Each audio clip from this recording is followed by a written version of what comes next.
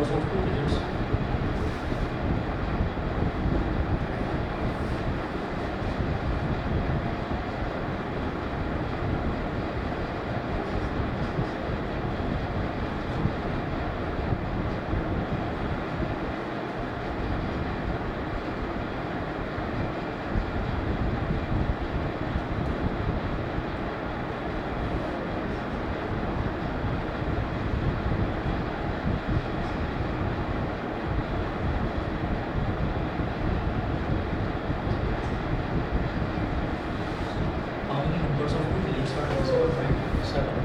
तो हमें ये बताना है कि ऐसे कितने 2 डिजिट नंबर हैं जो कि 7 से डिविजिबल है, ये बताना है।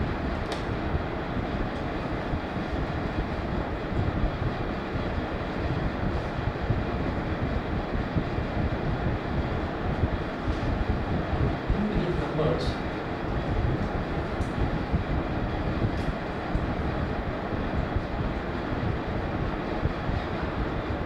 which are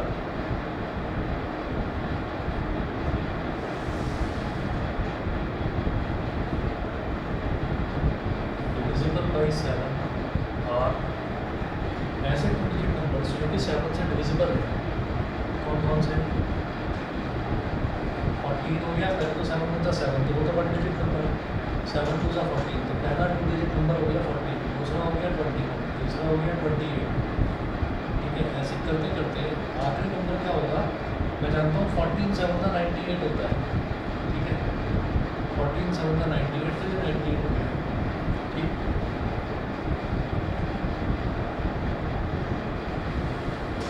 how many numbers? तो clearly it is an AP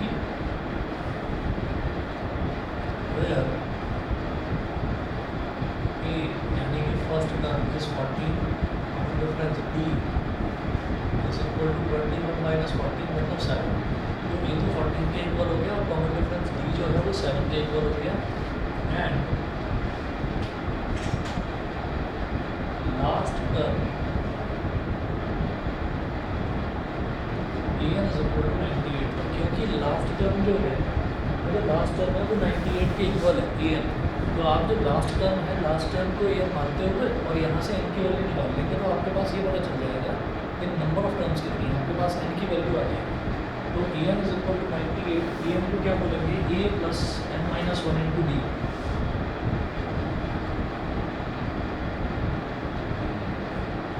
a plus n minus 1 into D 98। अब ये कितना है? 14 plus n minus 1 into D कितना है? 7 is equal to 98।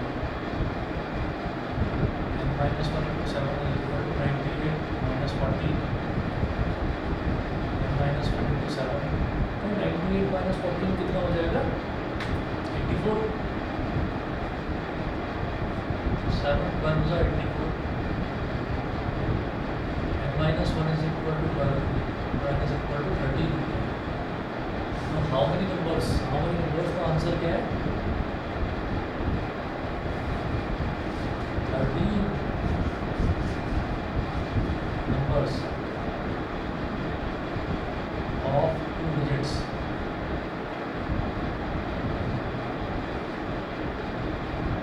are divisible by 7। तो ऐसे कितने 2 डिजिट नंबर हैं? 13 2 डिजिट नंबर्स हैं जो कि 7 से डिविजिबल है। ठीक है, उसके बाद देखिए अगला देखते हैं एग्जाम्पल नंबर 23। एग्जाम्पल नंबर 23 में है find the number of integers between 50 and 500। Example 23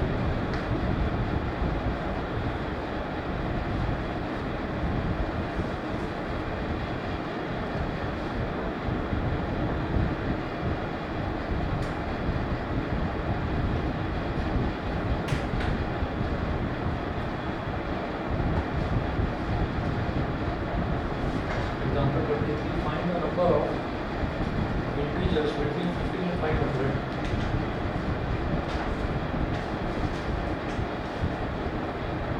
Find the number of integers between 50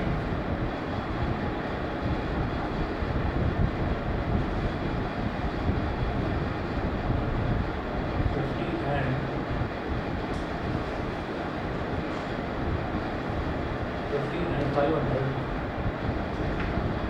which are divisible by 7,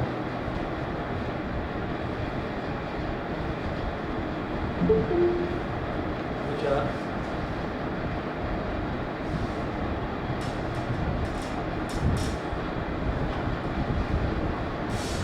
divisible by 7.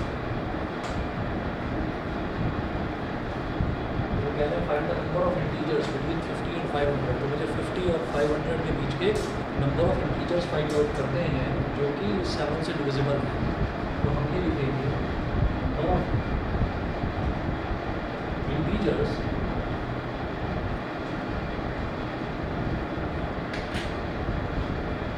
Between 50 and 500 which are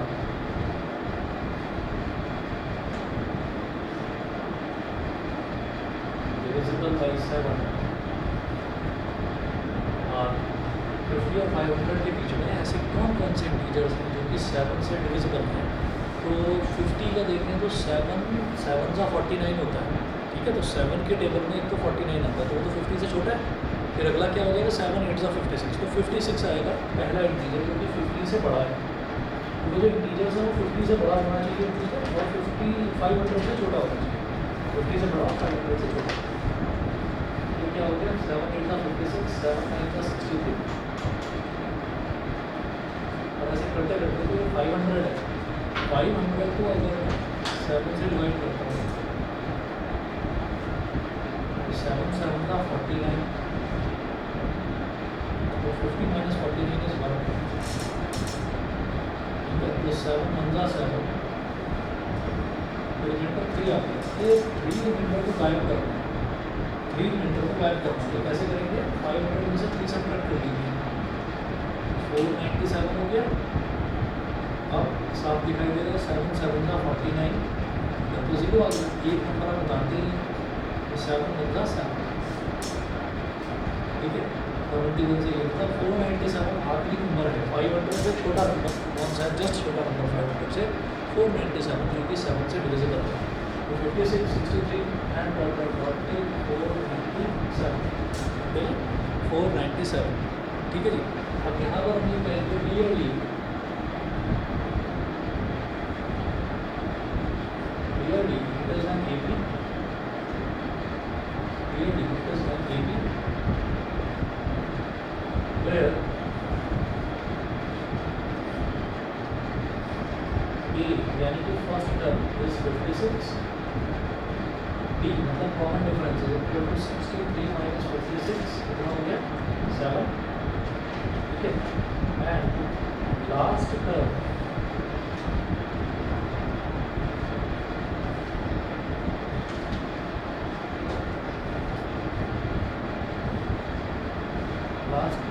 A is equal to 497।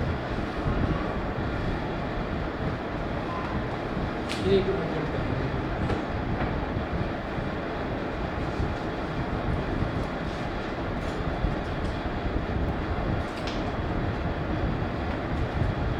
Check करिए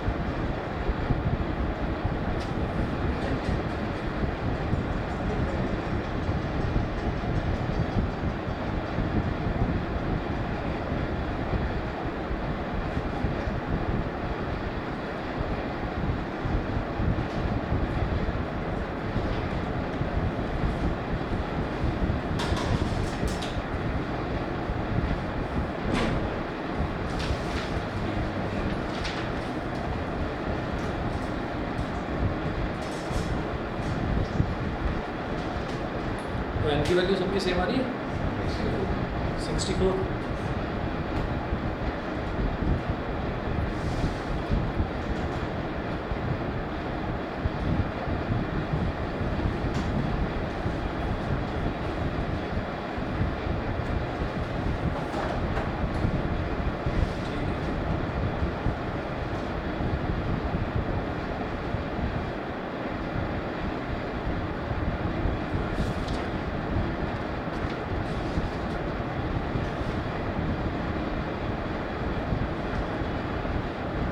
ये example 24 इसके जैसे ही ये छोड़ रहा हूँ। एग्जाम्पल नंबर 25 का बोलूँगा NCERT का। A sum of ₹1000। Example number 35।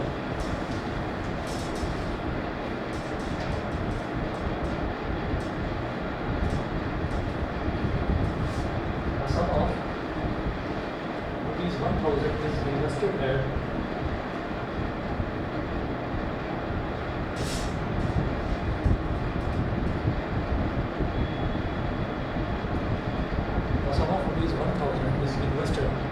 at 8% simple interest per annum. Invested at 8% simple interest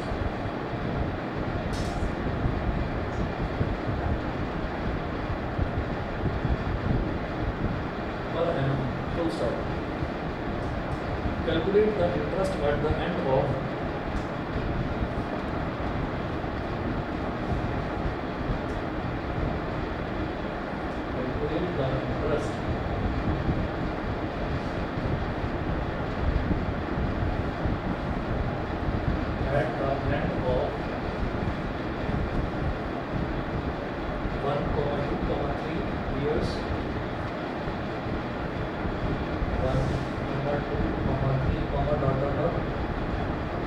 years.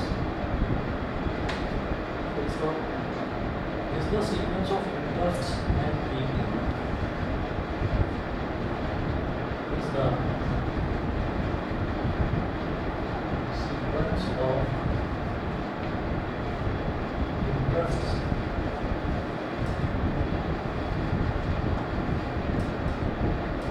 and AP? Question mark. Find the interest at the end of 30 years.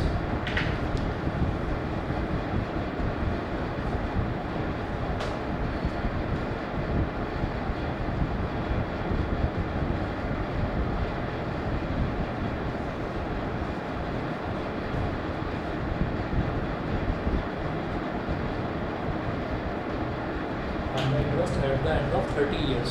ये करना है, ये NCERT का question है।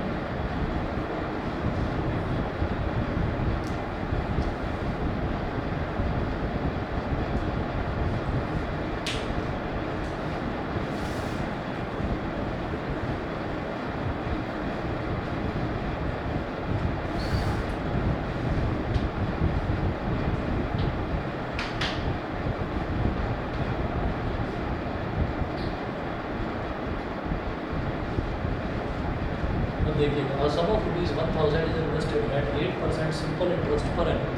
तो 1000 रुपीज़ का सम है वो 8% सिंपल इंटरेस्ट पर पूरे एक साल के लिए इंटरेस्ट पर लगाया जाता है।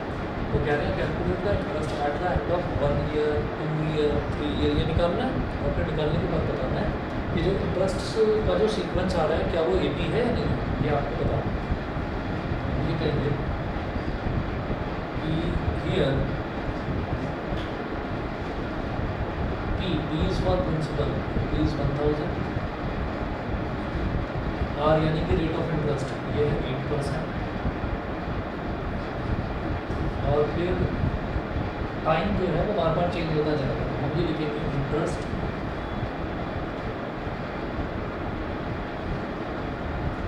At the end of 1 year. Interest at the end of 1 year. Interest at the end of 1 year is equal to P into R into 1 upon 100। तो टाइम क्या हो गया 1 year, P into R into 1 upon 100। और P कितना हो गया 1000 तो 8 into 1 upon 100 दो जीरो से दो जीरो करके ये आ गया 50 rupees. Interest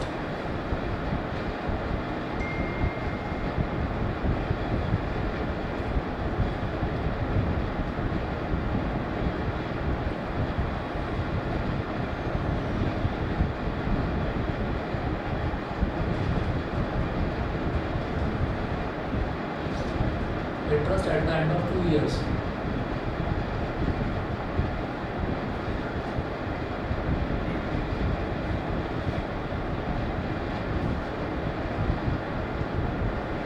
At the end of 2 years.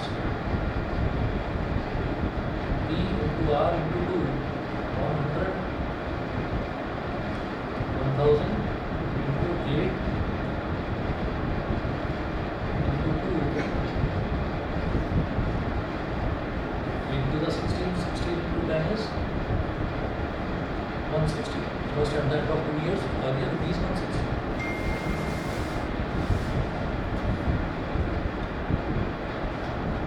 फिर है interest at the end of 3 years. Interest at the end of 3 years के 3 साल के बाद इंटरेस्ट कितना होगा P into R into 3 upon 100 principal तो वही है 1000 rate of interest is 8 into 3 upon 100 तो दो जीरो से दो जीरो करके 8 3 का 24 ये हो गया रुपीज़ 240। ठीक है तो हमने 1 साल के बाद इंटरेस्ट कितना होगा 2 साल के बाद कितना होगा 3 साल के बाद कितना होगा वो सब निकाल। ये बोल रहे हैं कि क्या ये सीक्वेंस एक AP बना रहा है तो AP बना रहा है नहीं बना रहा है तो निकालने के लिए 3 टर्म्स बहुत होती हैं। हमने ये कहा कि 80 और 160 को 160 माइनस 80 करेंगे तो 80 आ जाएगा 240 और 160 240 माइनस 160 करेंगे तो भी 80 आ जाएगा। तो कॉमन डिफरेंस यहाँ पर 80 आ रहा है तो हम ये कहेंगे yes this sequence of interest is an AP।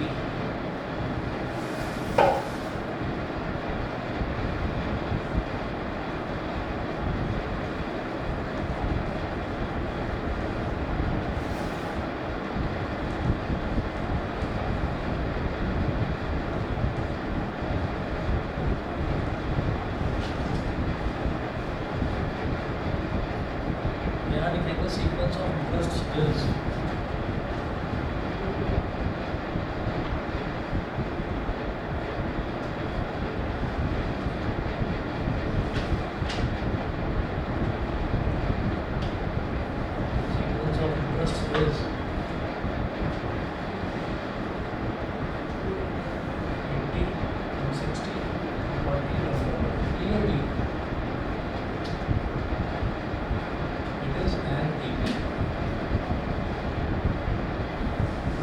where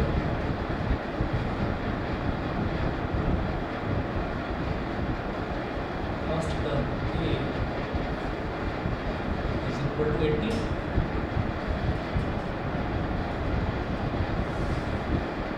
and common difference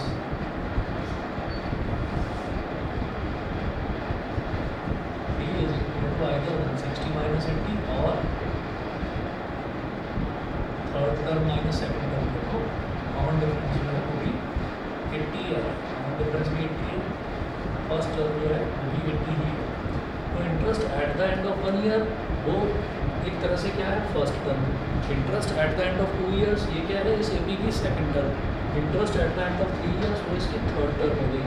तो वो क्या है find the interest at the end of 30 years तो इसकी 30th टर्म निकालनी ये 30 तो हम ये लिखेंगे therefore interest at the end of 30 years is equal to ये 30 क्या होगा 30th का A plus 29 भी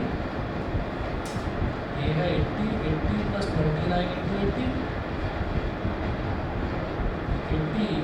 plus 8 9 जा 72 8 2 जा 16 और 7 23 0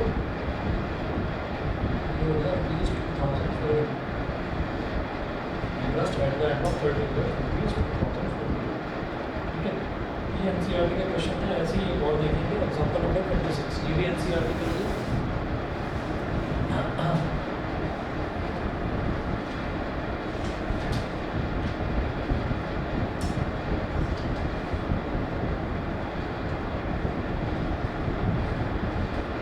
एग्जांपल नंबर 26, इसमें देखिए in a flower bed there are 23 rose plants in the first row.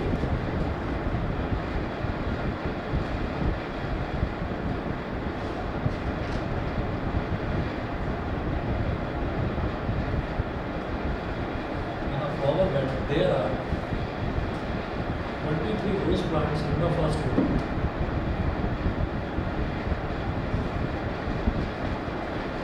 Rose plants in the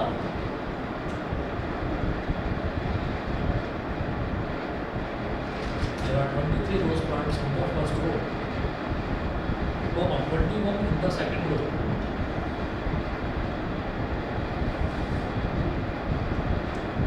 21 in the second row, 19 in the third row, 19 in the third row, and so on and so on. Full stop. There are 5 plants in the last row.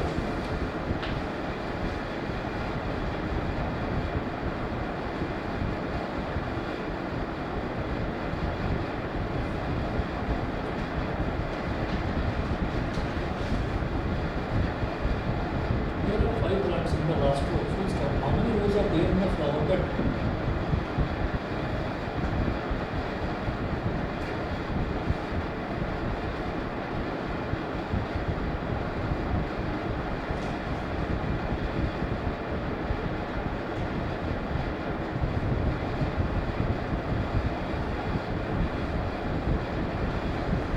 How many rows are there in the flower bed?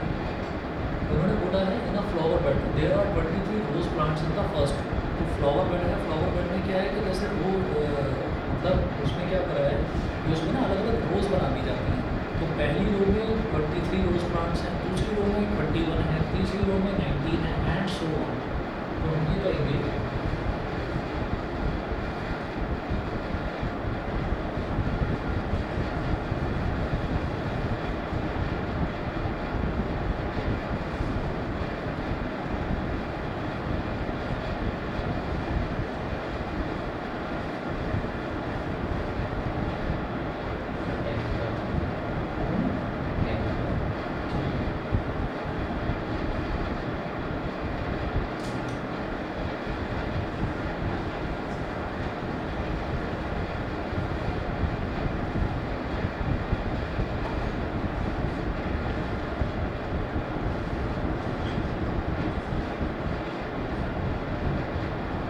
First row में 23 plants, second row 21 plants, third row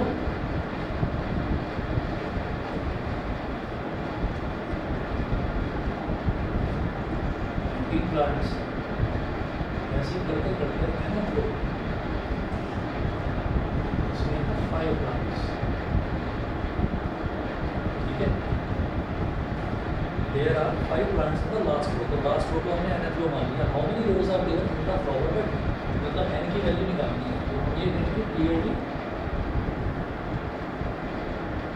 it is n dp where first term is equal to 23। Common difference क्या होगा?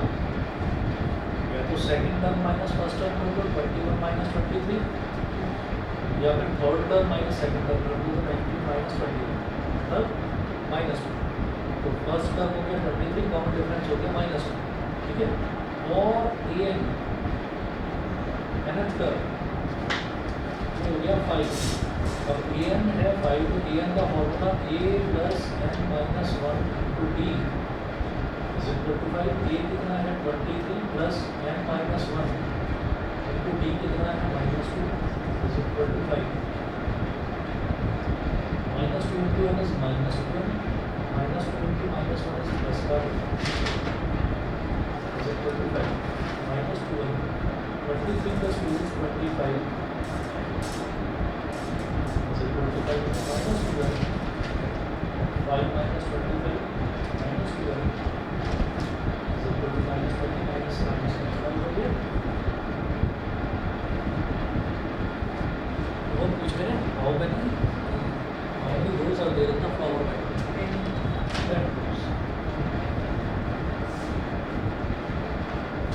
ये इसका answer है। अगला देखेंगे, ये भी एनसीईआरटी का ही है, example number 27।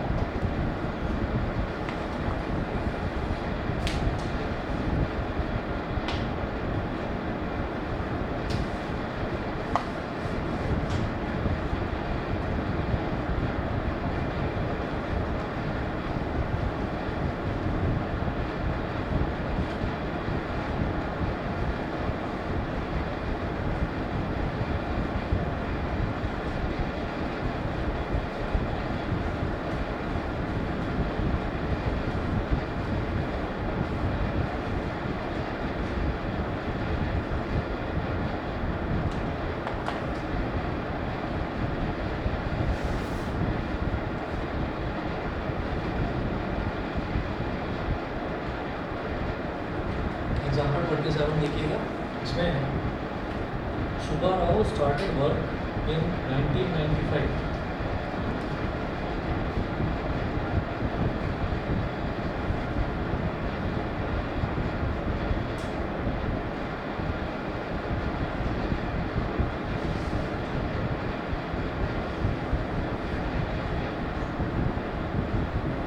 In 1995 at an annual salary of ₹5,000.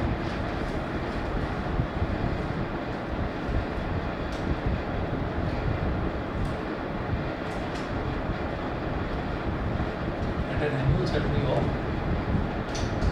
₹5,000 and received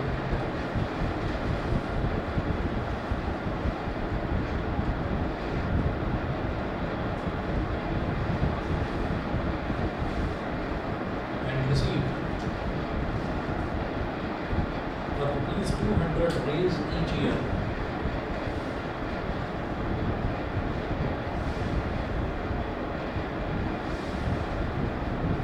These 200 raise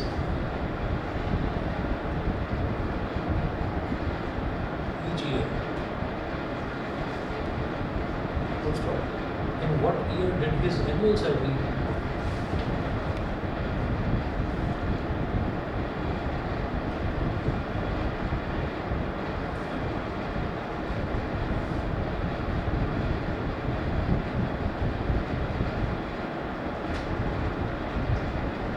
what year did his annual salary reach ₹7,000?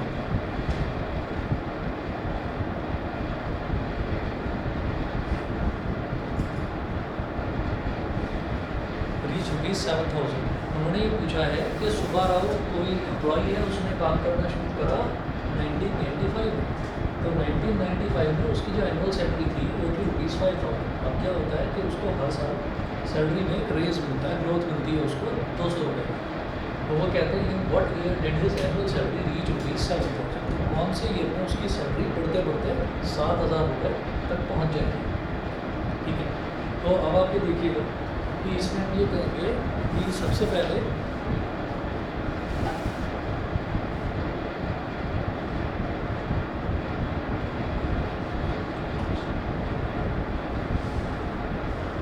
Salary in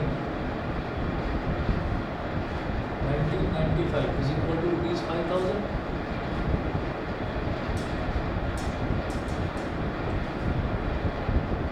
Salary in 1996 is equal to ₹5,200। Salary in 1997 है 5400 ऐसे बढ़ते बढ़ते हमें ये बताना है कि उसकी सैलरी 7000 कौन से ईयर में पहुंच गई। ठीक है, तो हम ये कहेंगे कि yearly it is an year where first term यानी कि A is equal to 5000, common difference D is equal to 200 and another term इसको मैंने 7000 लिखा।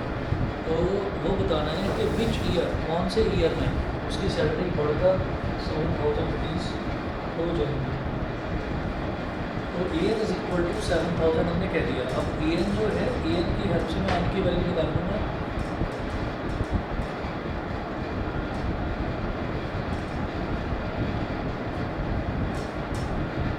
ए plus N minus 1 into D is equal to 7000 plus n minus 1 into 200 is equal to 7000. n minus 1 into 200 is equal to 7000 minus 5000. n minus 1 into 200 7000 minus 5000 कितना हो गया 2000। 20 से 20 cut गया delta 20। n minus 1 is equal to 10, तो n is equal to 11 हो गया। n is equal to 11 का मतलब 11 साल में उसकी सैलरी इतनी पहुँच जाएगी। ठीक है, तो ये कहेंगे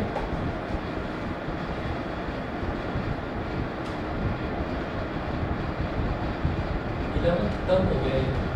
फर्स्ट टर्म 5000, सेकेंड टर्म ये हमारे पास होगा first term, second term, third term और इसको हमने nth टर्म माना था तो n हो गया 11। n हो गया 11। अब इसको ना आप काउंट करेंगे n इज इक्वल टू 11 का मतलब क्या है कि 11th टर्म का मतलब first term 1995, second term 96, third term 97, fourth term इसे फिंगर्स पर काउंट कर लेना। ठीक है, first term 95, second term 96, third term 97, fourth term 98, fifth term 99, sixth term कितना हो गया 2000। इन 11 years his salary will reach 87,000। ठीक है, 11 years में इतना होगा। तो आप इसको काउंट कर लीजिए, फिर से देख लीजिए कि फर्स्ट टर्म 95 है 1995, second term 96, third term 97, fourth term 98, fifth term 99, sixth term 2000, seventh term 2001, eighth term 2002, ninth term 2003, tenth term 2004 और 11th टर्म 2005। ठीक है, तो मेरे को ईयर्स जो हैं वो तो दिखाई दे रहा है कि 11 साल है, लेकिन कौन सी टर्म 11th टर्म, तो 11th टर्म बन रहा है 2005। ठीक है, ये कहेंगे इन द ईयर 2005। तो इसमें जनरली ऐसे क्वेश्चन में ये गलती हो जाती है कि हम ये भूल जाते हैं, जैसे 1995 ये हमारा फर्स्ट टर्म हो गया, 1996 ये सेकंड टर्म हो गया, 1997 ये थर्ड टर्म हो गया। ठीक है, तो हमें nth टर्म निकालना है। तो nth टर्म हमारे पास आ गया 11th टर्म। 11th टर्म मतलब 11वें साल में, 11वें साल तो 11वें साल को या तो एक एक करके फिंगर पर काउंट करो, नहीं तो आप ये देखिए सैलरी इन 1995 ये 5000 है। 1995 में सीधा 11 ऐड करोगे तो 2006 आ जाएगा। ठीक है, तो वो गलत हो जाएगा। आपको क्या करना है 1995 में उसकी सैलरी 5000 रुपये हुई, यानी कि 94 ख़त्म होते ही उसकी सैलरी इतनी हो गई। पूरा 95 में इतना रहा, मतलब 94 में 11 या तो ऐड करो तो 2005 आएगा, और नहीं तो सीधा सीधा देखो 95 first term, 96 second term, 97 third term, ऐसे कर करके देख लो 11th टर्म आपकी क्या बनेगी। तो 11th टर्म 2005 बैठेगी। समझ गए जी, क्लियर है? ठीक है, चलिए इसके बाद आगे देखते हैं।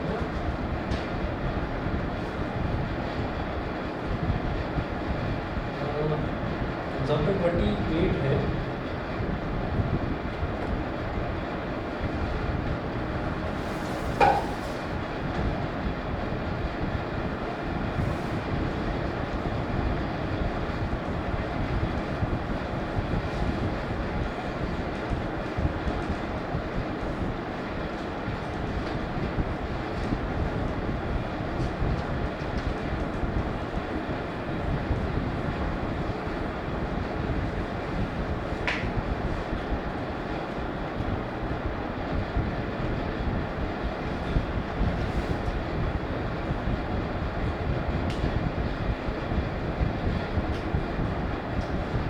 एग्जाम्पल नंबर 28, तो इसमें है Jasleen save ₹5 in the first week of the year.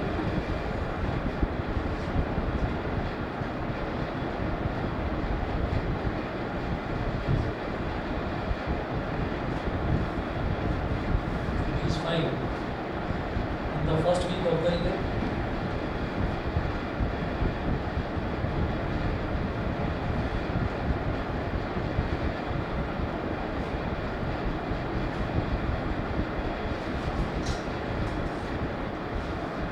Jasleen saved ₹5 in the first week of the year and then increased her weekly savings by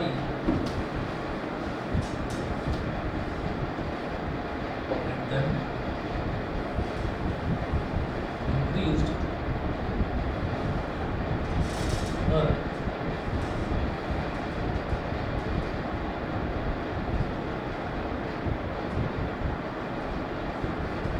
weekly savings by ₹1.75 each week.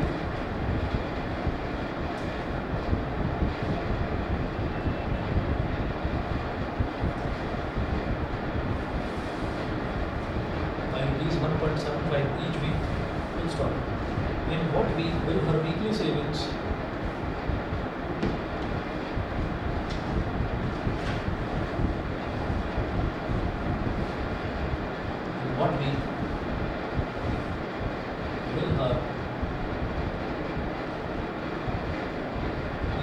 savings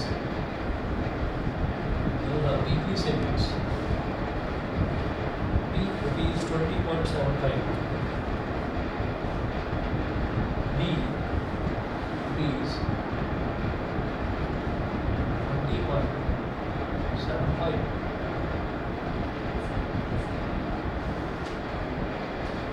तो जसलीन से ₹5 in the first week of the year, तो साल के पहले हफ्ते में जसलीन ₹5 बचाती है and then increase her weekly savings by ₹1.75.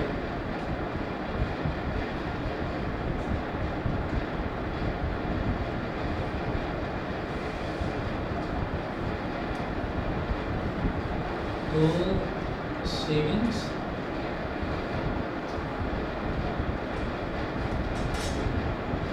In first week is equal to ₹5. Savings in first week is equal to ₹5.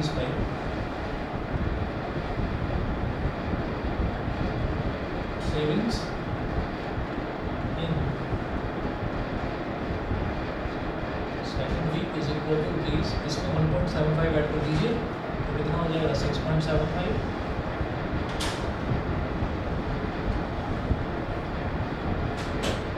Savings third week इसमें 1.75 ऐड करेंगे तो 6.75 प्लस 1 वो तो हो गया 7.75 और 0.75 ऐड करेंगे तो 7.75 8.5 हो गया 8.50. In what week will her weekly savings be increased? This savings in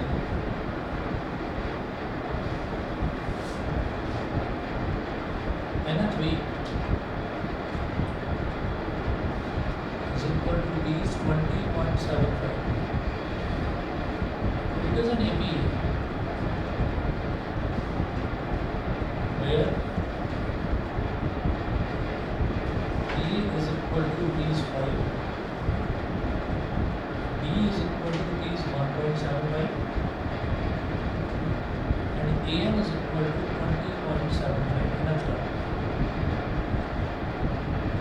M क्या हो जाएगा A plus N minus one into D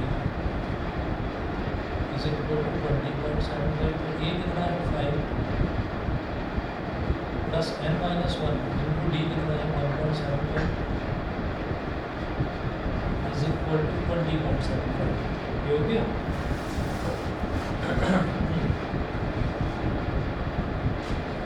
अब इसके बाद n minus one into 1.75 is equal to 20.75 minus 5.00 minus one into 1.75 is equal to 20.75 minus 5.00। तो 75 minus 0 75 की जगह 20 minus 5 is 15। इधर डेसिमल के बाद 2 डिजिट है, इधर भी डेसिमल के बाद 2 डिजिट है। डेसिमल से डेसिमल कैंसिल आउट हो गया।